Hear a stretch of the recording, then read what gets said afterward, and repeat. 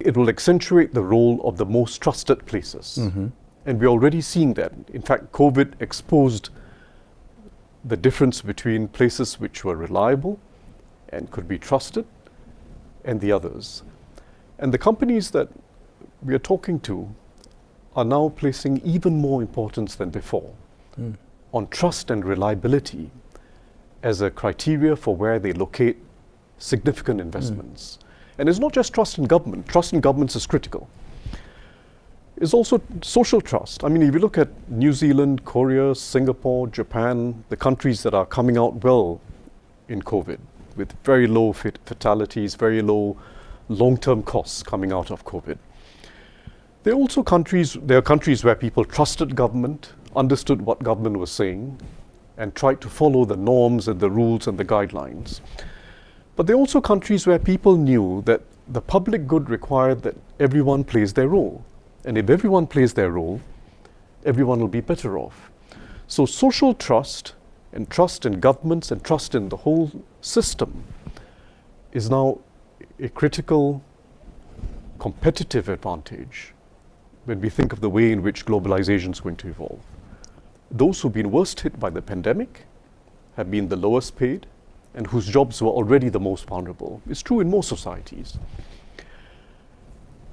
Women in particular face disadvantage because they were disproportionately represented in the retail and F&B sectors.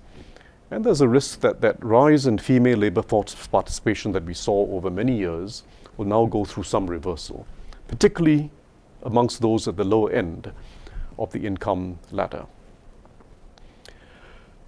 Second, SMEs.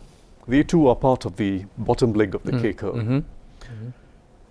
If you talk to experts around the world, and there are some city committees that have been set up already to look at this, some national committees, there's a real risk coming out of COVID-19 and coming out of pre-existing trends that are leading to winner takes all or winner takes most, that a significant portion of the SME economy is not going to survive the next few years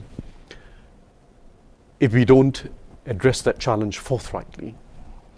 There's a real risk of a wipeout of a significant number of SMEs. And in Singapore, we're quite focused on wanting to avoid that through our fiscal strategies, through our industry upgrading strategies, and our industry transformation maps. But there's a real risk. And SMEs are not just part of an economy, they are part of a society. They employ people, they're part of what constitutes a local economy. They're a critical part of our society. So I don't think we want to end up with a world 2 years from now where you have heavily concentrated industry that might be doing well in its own right, but a bleak landscape outside of it.